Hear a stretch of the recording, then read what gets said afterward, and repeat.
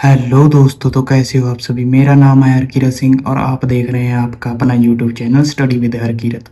दोस्तों, आज की इस वीडियो में हम बात करने वाले हैं केमिकल रिएक्शन और केमिकल इक्वेशन के ऊपर, जो कि आपके साइंस के चैप्टर बहुत ही ज़्यादा इंपॉर्टेंट है। 10th क्लास में बहुत ही ज़्यादा पूछा जाता है। आज की इस वीडियो में हम केमिकल रिएक्शन के बारे में जानेंगे और ये भी जानेंगे कैसे केमिकल रिएक्शन को जो है वो बैलेंस किया जाता है। तो चलिए without any wastage of time video को शुरू करते हैं।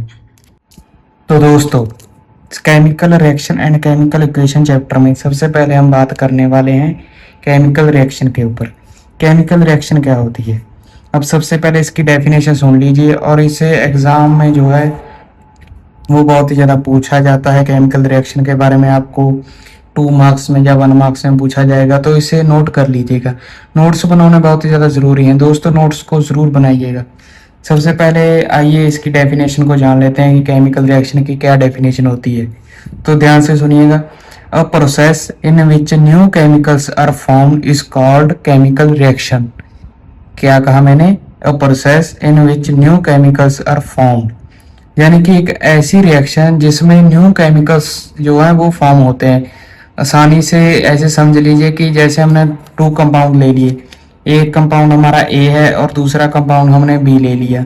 अब जैसे इनकी दोनों की रिएक्शन होगी अंडर सम कंडीशन, तो हमें क्या प्रोडक्ट देखने को मिलेगा? तो हमें सी प्रोडक्ट देखने को मिलेगा, जो ए और बी से बना है अंडर सम कंडीशन। कुछ कंडीशन हमने अप्लाई की जिससे ए और बी कंपाउंड होकर हमें सी प्रोडक्ट देते हैं। इधर वाले को क्या कहेंगे हम? इधर वाले को हम कहते हैं प्रोडक्ट, और यो जहाँ पर बनते हैं ए और बी जो हमने लिए हैं इसको क्या कहेंगे? इसको हम कहते हैं रिएक्टेंट। और इस बात को भी ध्यान रखिएगा, आपको ये भी पूछा जा सकता है कि रिएक्टेंट क्या होते हैं, प्रोडक्ट क्या होता है। अब केमिकल इक्वेशन की रिप्रेजेंटेशन तो आपने देख ली है, अब इसकी कुछ एग्जांपल देख लेते हैं। जैसे कि एग्जांपल जो दी गई है या जो पूछी जाती है वो क्या है कि हाइड्रोजन गैस जो है, हाइड्रोजन गैस जब ऑक्सीजन गैस के साथ रिएक्ट करेगी ये अंडर सम कंडीशन, कुछ कंडीशन के अंडर जब हाइड्रोजन गैस जो है वो ऑक्सीजन गैस के साथ कंबाइन होगी तो हमें क्या मिलेगा? हमें वाटर जो है वो देखने को मिलेगा। H2O किसका फार्मूला होता है गाइस? H2O होता है वाटर का फार्मूला। अब यहाँ पर हमने रिएक्टेंट क्या क्या लिए हैं? हाइड्रोजन लिया है और ऑक्सीजन लिया है। जैसे हमने इन दोनों को मिक्स किया तो हमें H2O देखने को मिला।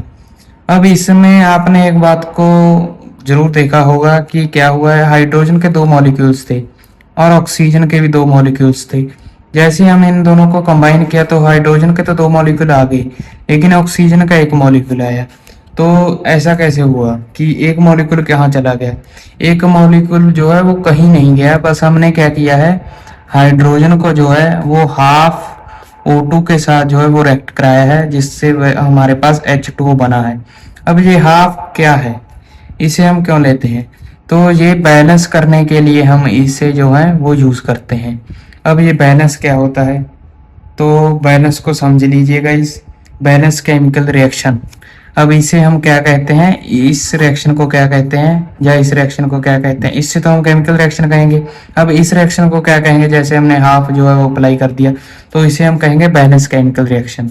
अब बैलेंस केमिकल इक्वेशन या रिएक्शन क्या होती है?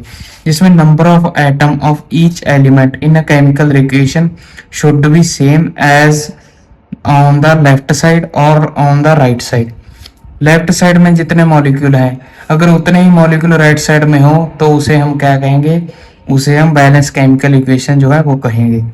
इसकी डेफिनेशन एक बार और सुन लीजिए और इसे नोट कर लीजिएगा। Number of atoms of each element in a chemical equation should be the same on left hand side and on right hand side.